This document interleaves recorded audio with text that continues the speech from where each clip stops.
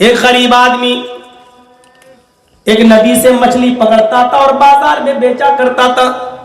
उस मछली की कमाई से वो बेचारा अपने बीवी बच्चों का पेट पालता था। एक मर्तबा वो मछली लेकर बाजार से नदी से बाजार की तरफ बेचने जा रहा, रास्ते में एक जालिम आदमी मिल गया। मछली हमें दे। उसने कहा साहब ले लीजिए, इसका पैसा दे दीजिए। उसने मछली ले ली, कहा इसकी कीमत। उसने एक लात मारी उसके पेट पर, हमसे पैसे मांगता है। यह आदमी फिर उड़ता और उससे मछली छीनता। भाई यही मछली मेरी बीवी और बच्चों के लिए है, या तो इसकी कीमत दे दो या मछली मुझे वापस कर दो, मेरे बच्चे एक दो दिन से खाना नहीं खाए हुए हैं। उसने फिर धक्का दिया, हट। इसने फिर मछली छीनी। दोनों ये अपनी तरफ छीन रहा था, वो अपनी तरफ। जिसकी मछली थी उस आदमी ने देखा कि ये छोड़ नहीं रहा है, तो उसने उसके हाथ को मुंह में रख लिया, ये अंगूठा, और काट लिया। लेकिन उसने फिर एक लात मारी और मछली छीन कर वो ले गया। लेकिन इसने उसके अंगूठे में कुछ काट लिया, से काटा, थोड़ा सा लगी इसको, लेकिन थोड़ी देर में दर्द बंद हो गया। ये शाम को वहां जाता है, अपने दोस्तों को बुलाता है, मछली बनाता और पिकनिक होती है। दोस्तों हवा अपने गुलछर्रे उड़ाए, मछली खाई और शाम को इशा के बाद अपने बिस्तर पे चले गए सब सोने के लिए। जिसने मछली छीनी थी, रात का आधा हिस्सा गुजर गया, तब उसके अंगूठे में दर्द शुरू हुआ। उस दर्द ने उसको निढाल कर दिया। रात किसी तरीके से कटी। सुबह होकर एक हकीम के पास जाता है और कहता है कि इसमें दर्द है। उसने कहा साहब इसमें तो इन्फेक्शन फैल गया, जहर फैला हुआ है अंगूठे में, तो आपका अंगूठा तो काटा जाएगा, और अगर आपने अंगूठा नहीं कटवाया तो ये जहर तुम्हारे पूरे जिस्म में फैल जाएगा। उसने कहा नहीं साहब अंगूठा काट दो। अंगूठा काट दिया गया। 2-3 महीने के बाद ये फिर वहां कुछ चीज बाकी रह गई, फिर वहां से दर्द शुरू हुआ और जहर फैलते फैलते पूरे हाथ की हथेली में फैल गया। यह हकीम के पास आया कि अब तो दर्द बर्दाश्त नहीं हो रहा। देखिए, हकीम ने कहा ऑपरेशन में कुछ कमी रह गई होगी, अंगूठा काटते वक्त कुछ हिस्सा बाकी रह गया था, वो जहर पूरी तरीके से नहीं निकल पाया, इसलिए अब तो मैं ये पूरा का पूरा पंजा कटवाना पड़ेगा, नहीं तो ये जहर फैल कर तुम्हारे पूरे हाथ को पहुंच जाएगा। उसने कहा नहीं हाथ बचा लो, ये पंजा जा रहा तो जाने दो। उसका पंजा कटता है तो 3 महीने के बाद फिर उसका जहर बढ़ना शुरू होता है, कलाई तक पहुंच जाता है। हकीम ने कहा नहीं साहब ये जहर फिर रह गया था, हमने तो कोशिश की थी, अब ये तुम्हारी कोहनी तक हाथ काटा जाएगा, वरना पूरे जिस्म में जहर फैल जाएगा। कोहनी काट दी गई। वो जहर कोहनी कटने के बाद 3-4 महीने के बाद उसके बाजू तक पहुंच गया। हकीम ने उसका बाजू काट दिया और कहा कि सुनो मुझे इसकी वजह बताओ क्या है, ये दर्द तुम्हारे कैसे शुरू हुआ है। मैं तो ऑपरेशन सही कर रहा हूं, सब कुछ काट रहा हूं, लेकिन जहर फैलता जा रहा, मुझे इसकी शुरुआत बताओ क्या है। उसने अपनी 1.5-2 साल पुरानी बात बताई। ऐसा हुआ था, उस आदमी ने मुझे मछली देने से इनकार किया था, मैंने जुल्मन उसकी मछली को ले लिया, नाजायज तरीके से उसके माल पर मैंने कब्जा किया, उसकी मछली को छीनते वक्त उसने अंगूठा मेरा काट लिया। घर आने तक अंगूठे में दर्द नहीं हुआ, रात आधी गुजर गई तब से दर्द शुरू हुआ, तब से मेरी उंगली, फिर पंजा, फिर कलाई, फिर कोहनी, फिर बाजू। हकीम ने कहा सुनो अब तुम्हारा बाजू काट देने के बाद भी मैं गारंटी नहीं देता कि अब तुम सही हो गए, अब ये जहर तुम्हारे पूरे जिस्म तक फैल सकता है। तुमने जो वजह बताई है इस दर्द की, उसका कोई इलाज नहीं है, वो इलाज मेरे पास नहीं है। अगर तुम उसका सही इलाज करना चाहते हो तो उसका सही इलाज ये है कि उसी आदमी को ढूंढो जिसने तुम्हारा अंगूठा काटा था और उसने जरूर तुम्हें कोई बद्दुआ दी थी। अब उसको तलाश करो, उसको ढूंढो, अगर वो मिल जाए तो उसके हाथ पैर जोड़कर उसके पैरों पे गिर के माफी मांग लो। अगर वो तुम्हें माफ कर देता है तो तुम्हारा ये जहर तुम्हारे जिस्म में फैलने से रुक सकता है, वरना कोई और तरीका नहीं है। ये तुम्हें जुल्म करने की सजा मिल रही है, जाओ और किसी तरीके से उस आदमी को ढूंढकर उससे माफी तलाफी कर लो। 1.5-2 साल का अरसा होता है। यह आदमी उसको ढूंढने लगा लेकिन नहीं मिल रहा है। 1 हफ्ते के बाद क्या देखता है कि एक नदी के किनारे से एक आदमी मछली लेकर आ रहा है। इसने गौर से देखा तो ये वही आदमी है जो 2 साल पहले जिससे मैंने मछली छीनी थी। यह आदमी उसके पास गया। उस आदमी ने कहा जी बोलिए। कहा मुझे पहचाना? कहा नहीं। ये मेरा अंगूठा, फिर पंजा, फिर कलाई, फिर कोहनी, फिर बाजू। कहा मेरे भाई सब मुझे क्यों बता रहे हो? कहा ये सिर्फ तुम्हारी वजह से मेरा काटा गया। उसने कहा अल्लाह के बंदे मैंने क्या किया तुम्हारे साथ? कहा मैं वही जालिम इंसान हूं। आज से 2 साल पहले जो मछली मैंने तुम्हारे हाथ से छीनी थी और छीनते वक्त तुमने मेरे अंगूठे को काट लिया था। मेरे भाई तुमने अंगूठे में काटा जरूर था, मैं मछली छीनने में कामयाब जरूर हो गया था। तुम रो रहे थे कि इस मछली के अलावा मेरी बीवी बच्चों के पास खाने पीने को कोई चीज नहीं है, लेकिन मैंने नहीं सुनी। मछली वाला रोता है, कहता मेरे भाई जाओ, मैंने तुम्हें सिद्क दिल से माफ कर दिया, मैं पहचान गया कि तुम कौन हो। मेरे भाई मुझे अगर मालूम होता कि मेरी बद्दुआ जो मुंह से निकलेगी वो कबूल हो जाएगी तो मैं कभी बद्दुआ नहीं देता। मैं जज्बात में आकर दे गया। अच्छा तो तुमने मुझे बद्दुआ भी दी थी? कहा हाँ। जब तुमने मेरे हाथ से मछली छीनी और लेकर जाने लगे तो मुझे अपने बच्चों की भूख से बिलबिलाना याद आ रहा था। मैं और मेरी बीवी 1-2 दिन भूखे रह सकते थे, लेकिन मेरे बच्चों की तड़प भूख से मुझ पे देखी नहीं जा रही थी और यही एक जरिया था, या तो बेचकर मैं खाना बनाता या इसी मछली को मैं घर में पकवाता। तुमने मेरे बीवी बच्चों के पेट पर लात मारकर जुल्म करके ये मछली हमसे ले ली। जब तक तुम मेरे आंखों के सामने जाते रहे मुझे उम्मीद होती गई कि अब दे जाए, अब दे जाए, अब पलट जाए, लेकिन जब तुम मेरी आंखों के सामने से ओझल हो गए तो मैंने आसमान पे नजरें डाली और फरमाया इलाहुल आलमीन तू इस आदमी को दुनिया में ऐसी सजा दे जो इसके लिए निशान इबरत बन जाए, जिसने मेरी बीवी और मेरे बच्चों के पेट पर लात मारी, मुझसे मेरा रिस्क छीना। आय अल्लाह उसको दुनिया में ऐसी सजा दे जो लोगों के लिए निशान इबरत बन जाए। सच कहा था अल्लाह के नबी ने, इत्तक़ि दावतल मज़लूम, मजलूम की बद्दुआ से बचो, मजलूम की बद्दुआ से बचो। इसलिए कि मजलूम जब बद्दुआ देता है तो उसके और अल्लाह के दरमियान कोई पर्दा नहीं होता है। मजलूम की बद्दुआ डायरेक्ट अल्लाह के अर्श तक जाती है। 7वां आसमान के फरिश्ते उसको दरवाजा दे देते हैं, रास्ता दे देते हैं, दरवाजा खोल देते हैं। मजलूम की बद्दुआ डायरेक्ट अल्लाह के अर्श से टकराती है। अल्लाह कहता है मेरे बंदे मैं तेरी नहीं सुनूंगा तो फिर और कौन सुनेगा? तेरे लिए सारे लोगों ने दरवाजे बंद कर दिए हैं, लेकिन मैंने तेरे लिए अपना दरवाजा खोल रखा है। फिर अल्लाह और जालिम के बीच में फिर कोई नहीं रहता। फिर अल्लाह उस जालिम को इस दुनिया ही में ऐसी सजा देता है जो उसके लिए मकाम इबरत और निशान इबरत बन जाती है। अगर मुझे मालूम होता तो मैं तुझे बद्दुआ नहीं देता। जा मैंने तुझे माफ कर दिया। मेरे भाइयों जब उसको माफ किया गया उसके बाद उसका बाजू के बाद फिर उसका और हिस्सा नहीं काटा गया। वो आदमी सही हुआ। वो अपने हाथ को लेकर घूमता था और बाजार बाजार में जा जा कर कहता था लोगों जुल्म न करो, लोगों मजलूम की बद्दुआ से बचो। ये मजलूम की बद्दुआ का नतीजा है जो आज मेरा हाथ काटा गया है। ये मजलूम की आह का नतीजा जो मेरा हाथ काटा गया है। या अय्युहल्लज़ीना आमनू ला ताकुलू अम्वालकुम बैनकुम बिलबातिल, ईमानो वालो तुम एक दूसरे का माल नाजायज तरीके से न खाओ।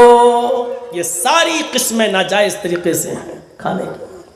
तीसरी चीज अल्लाह के नबी ने बताई और रिबल जाहिलियती मौजून, मैंने जाहिलियत के सूद को ब्याज को मैंने अपने पैरों से रौंद दिया।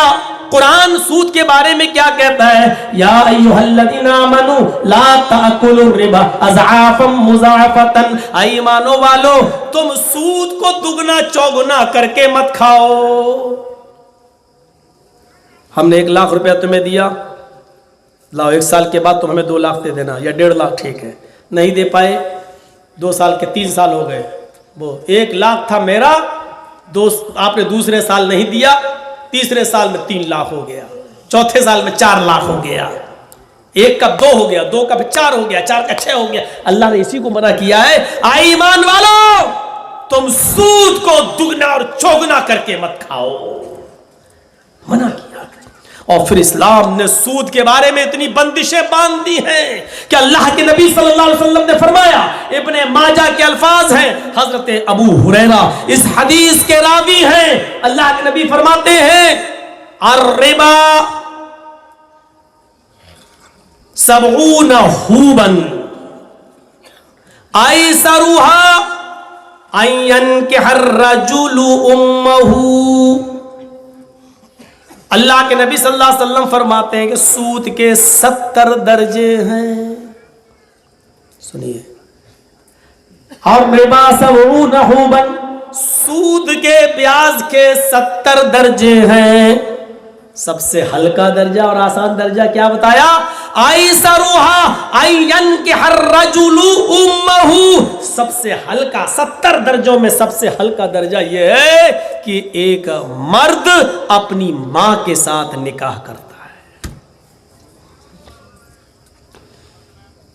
क्या कोई मर्द अपनी मां के साथ निकाह कर सकता है? बताने का मकसद क्या है इस हदीस के अंदर, कि जिस तरीके से एक बेटा अपनी मां के साथ निकाह करना चाहे तो उसकी कोई शक्ल नहीं है जायज होने की। कुरान की आयतें पढ़ी जाती है निकाह के मौके पर, या अय्युहल्लज़ीना आमनू तक़ुल्लाह हक़्क़ तुक़ातिह वला तमूतुन्ना इल्ला व अंतुम मुस्लिमून, या अय्युहन्नासु तक़ू रब्बकुमुल्लज़ी ख़लक़कुम मिन नफ़्सिन वाहिदा व ख़लक़ मिनहा ज़ौजहा व बस्स मिनहुमा रिजालन कसीरन व निसाअ वत्तक़ुल्लाहल्लज़ी तसाअलूना बिही वल अरहाम इन्नल्लाहा काना अलैकुम रक़ीबा, या अय्युहल्लज़ीना आमनू तक़ुल्लाह व क़ूलू क़ौलन सदीदा युस्लिह लकुम अअमालकुम व यग़फ़िर लकुम ज़ुनूबकुम व मन युतिइल्लाह व रसूलहु फ़क़द फ़ाज़ फ़ौज़न अज़ीमा। निकाह के मौके पर यह आयतें पढ़ी जाती हैं। बताने का मकसद यह है कि एक लड़का अपनी मां के साथ निकाह करने के लिए बैठा है, ये आयतें जो 3 पढ़ी जाती हैं, 3 नहीं 3000 बार पढ़ लो, 3000 नहीं 3 लाख बार पढ़ लो, लेकिन इसके बावजूद मां हराम ही रहेगी बेटे पर, हलाल नहीं हो सकती है। इसी तरीके से सूद को चाहे कितना बिस्मिल्लाह कह के खाओ, चाहे पूरा कुरान पढ़कर सूदी कमाई पर सूदी रकम पे ऊपर खाओ, सूद हराम ही रहेगा। जिस तरीके से मां बेटे पर हराम रहती है उसी तरीके से सूद हराम रहेगा, किसी कीमत पर हलाल नहीं हो सकता है सूद। अय्यन के हर रजुलु उम्महू, जिस तरीके से सूद का सबसे हल्का दर्जा यह है कि एक मर्द एक आदमी अपनी मां के साथ निकाह कर ले, आदमी उस लड़के को कितना बुरी नजर से देखता है जो अपनी मां को अपनी बीवी बनाकर रखे हुए हो। बताने का मकसद यह है कि समाज वालों, गांव वालों, नारायणपुर वालों, मौजमपुर वालों, श्रीरामपुर वालों, लखीमपुर वालों, बलियाडंगा वालों, कलियाचक वालों, मालदा वालों, जितना तुम उस आदमी को बुरी नजर से देखते हो जो अपनी मां को अपनी बीवी बनाकर रखा है, उससे 70 गुना बढ़कर तुम उस आदमी को बुरी नजर से देखो जो सूद खाता है, क्योंकि सूद का यह सबसे हल्का दर्जा है और जो 69 दर्जे जो हैं वो इससे बड़े बड़े हैं। यहां तो खाने से मतलब है चाहे जैसा हो, हमारी दावत आनी चाहिए, और बाकायदा मांगते हैं देसी है कि नहीं। कैसे हलक के नीचे उतर जाता है और कैसे हमारे ज़मीर गवारा कर लेते हैं। अल्लाह के नबी सल्लल्लाहु अलैहि वसल्लम ने एक और हदीस में बयान फरमाया, हजरत बरा इब्न आज़िब उस हदीस के रावी हैं, कहते हैं कि अल्लाह के नबी सल्लल्लाहु अलैहि वसल्लम ने फरमाया, अर्रिबा इस्नानी व सबऊन बाबन व अदनाहा मिस्लु इतियान रजुली अला उम्मी। अल्लाह के नबी ने फरमाया सूद के 72 दर्जे हैं, दरवाजे हैं। उस हदीस में 70 बताए, इसमें 72 बताए। उसमें दर्जे कहे, इसमें दरवाजे कहे। और रिबा इस्नानी व सबऊन बाबन, सूद के 72 दरवाजे हैं। वो अदना, सबसे करीब दरवाजा कौन सा है? मिसलु इतियान रजुली उम्महु, कोई शख्स अपनी मां के पास जिना की नियत से आता है और अपनी मां के साथ जिना करता है, ये सबसे करीब दरवाजा है। सबसे करीब दरवाजा ये है सूद का। अब 61 दरवाजे क्या होंगे जब सबसे करीब दरवाजा ये है कि इंसान अपनी मां के साथ जिना कर रहा है। कहां हैं हम? सूद के बारे में हम तसव्वुर करें, रूह कांप जाती है। एक और हदीस सुन लीजिए, अल्लाह के नबी सल्लल्लाहु अलैहि वसल्लम ने फरमाया, दिरहमु रिबा याकुलुहु रजुलु व हुवा यअलम,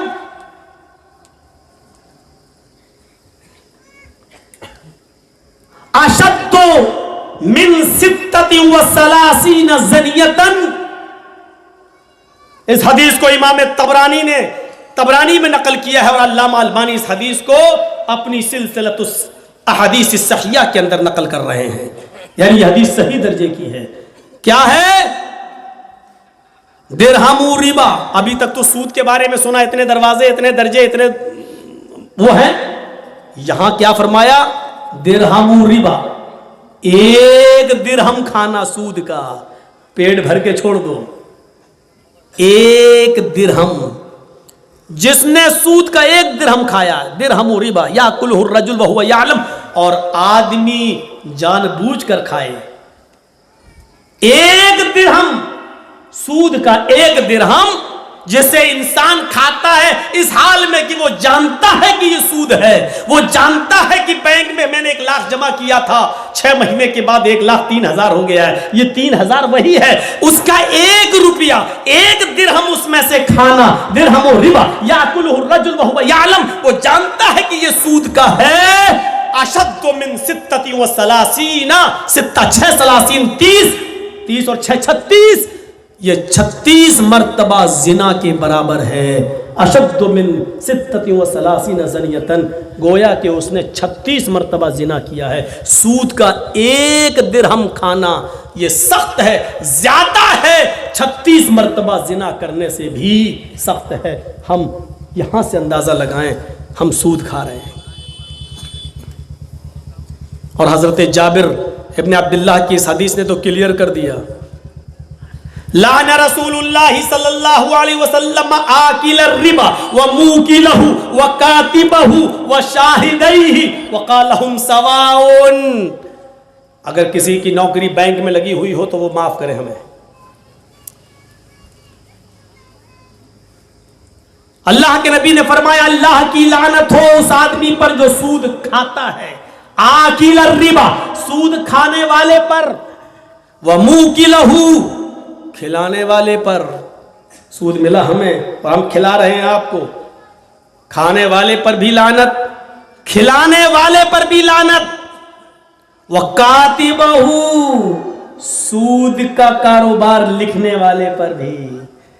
हम सूद ना खा रहे हैं ना खिला रहे हैं, लेकिन एक बैंक में जर्जी साहब काम कर रहे हैं, प्राइवेट बैंक है, लेकिन हम उसमें सूदी कारोबार लिख रहे हैं। हाँ, तुमने 1 लाख जमा किया, 6 महीने के बाद हम 1 लाख को 1,03,000 कर रहे हैं, 4,000 कर रहे हैं, 5,000 कर रहे हैं। लिख तो रहे हैं, हम खा नहीं रहे हैं, खिला नहीं रहे हैं, लेकिन लिख रहे हैं, उस पर भी लानत। और शाहिदैहि, दोनों तरफ से गवाही देने वालों पर। ऐसा होता है ना, साहब मौलाना हम 1 लाख रुपए की ज़रूरत है, आप दे दीजिए। अरे मेरी बेटी की शादी 6 महीने के बाद हम आपको 1,20,000 दे देंगे। इस बात की गारंटी क्या है कि 1,20,000 दोगे? चलो गवाह लेके आओ। एक आदमी गवाह लेके आ रहा है, अब 6 महीने के बाद वो मेरा पैसा नहीं दे रहा है, 1,20,000 नहीं दे रहा है। अब वो आदमी गवाही दे रहा है कि हाँ भाई जर्जी साहब आपने दिया था 1 लाख और इसने कहा था कि 1,20,000 देंगे। दोनों तरफ से जो गवाही दे रहा है, या मेरी तरफ से और उसकी तरफ से, वह शाहिदैहि, उसके दोनों गवाहों पर भी लानत, गवाही देने वालों पर भी लानत। और अल्लाह के रसूल ने इसके बाद यही नहीं कहा कि बस लानत, क़ालहुम सवाउन, कहा ये सब बराबर हैं। यानी जितना गुनाह सूद खाने वाले को मिलेगा उतना ही गुनाह लिखने वाले को मिलेगा, और उतना ही गुनाह गवाही देने वाले को भी मिलेगा, चाहे उसने सूद खाया हो या ना खाया हो, दर्जे में सब बराबर है। कहां हैं हम? चलिए 3 चीजें हो गई।